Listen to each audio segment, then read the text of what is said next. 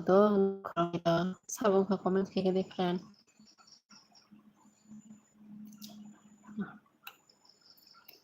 Kiss Entertainment. Hello, Lamster.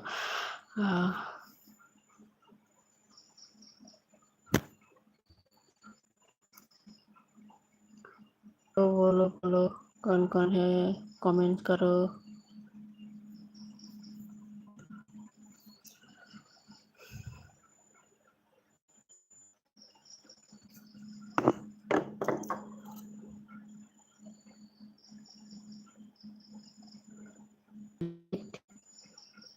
वो कहाँ से है? Chris Rohit.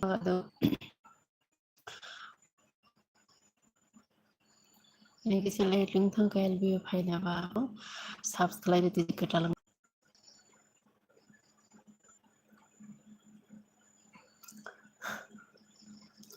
Comment sekali di subscribe tong friends.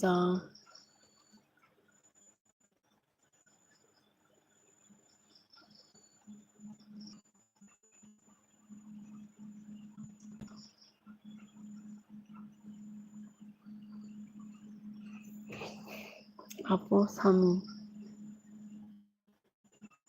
Sama Apo Sami.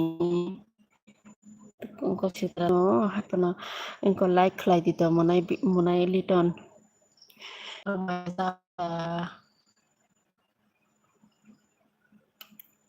माइदा साखा मुनाई केवी मुको मुनाई लिटन ते मुनाई आपू क्रिस रोहित मुनाई लिटन ताई मुनाई केवी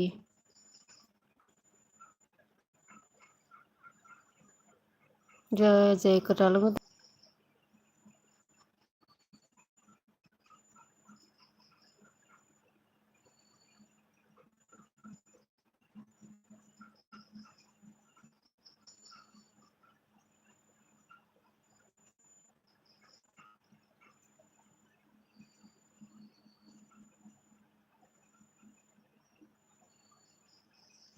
तेनो सपोर्ट खाई Bharat Munai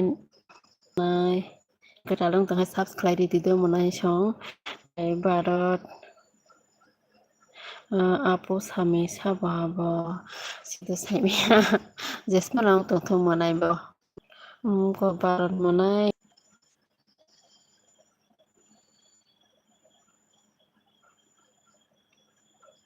jelas reply khlaible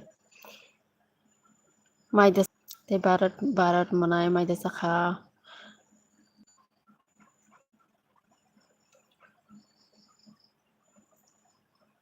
tene mukri final ate thoi ba so se taboga to like dan khlai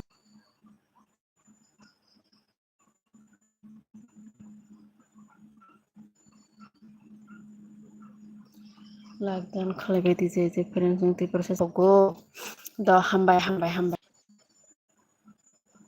like khlai di do Rahul Devan bai nung biang thang asukuma phaine karan ne phaimali ata elbia mia hor phaija maidi sa Rahul handa upusami Apo Sami ko comment hamia kaisa takhija dino request kayo nai comment sami takhadi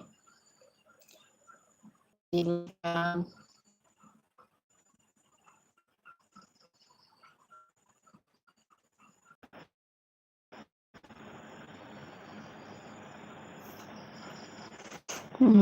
maisa kha maisa se thuba sakha te bhasa koi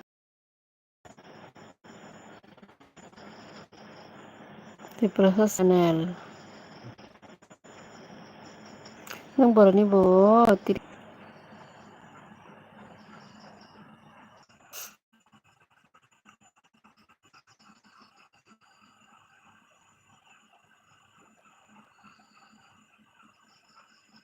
like di friends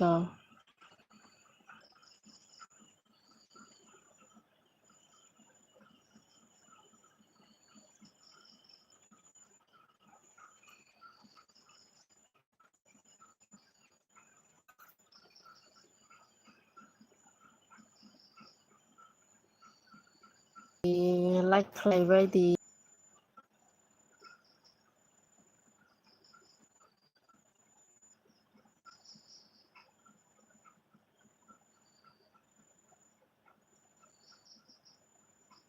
like खालायबाय दे friends जतना like खालायबाय दे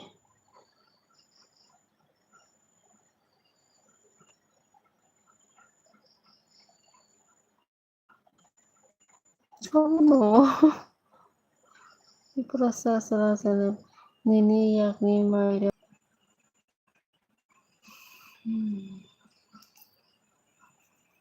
tapi ini yang main masak khas tong thong này ba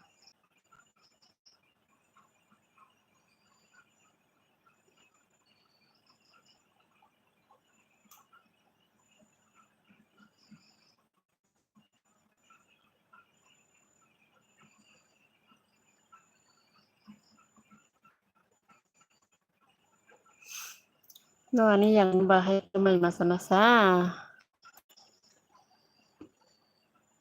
di proses lah ini yang ini baru main masa này ba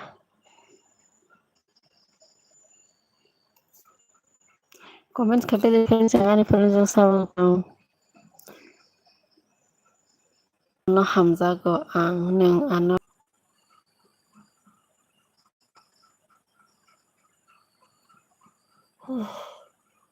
hamza kan gue support khai di tado setelah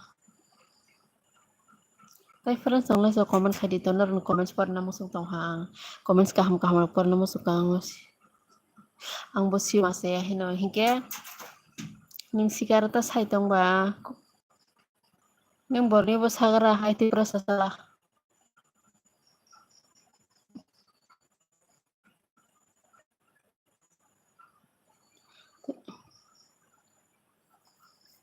di jatuh je kata nai tong rai hingke subscribe di different tong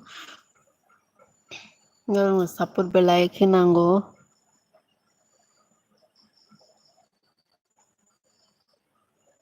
tambo tabok lai nung sai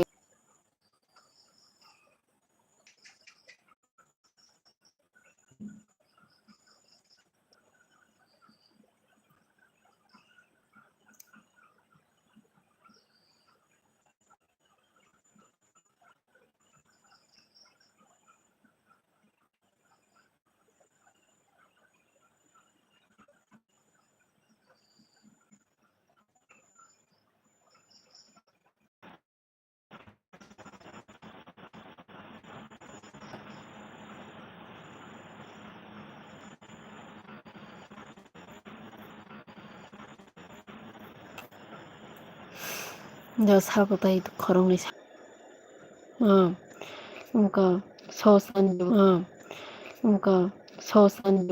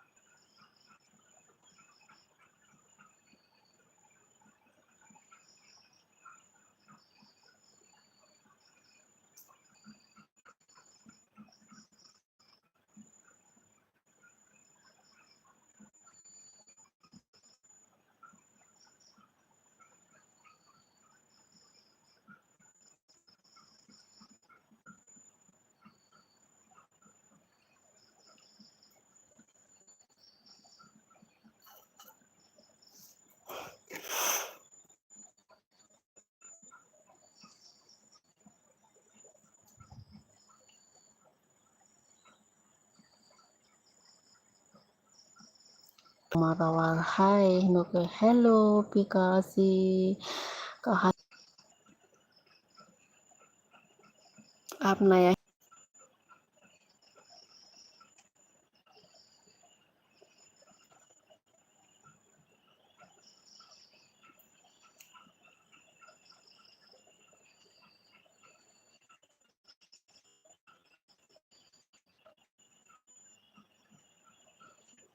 yang thangma ka friends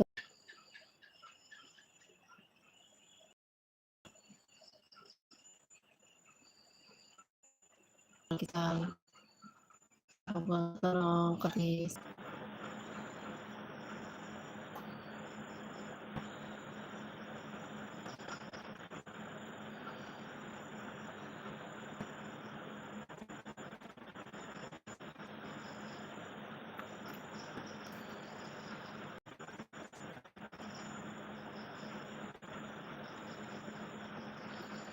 sabang ka comments kaya de min sabang ka like dan ka dite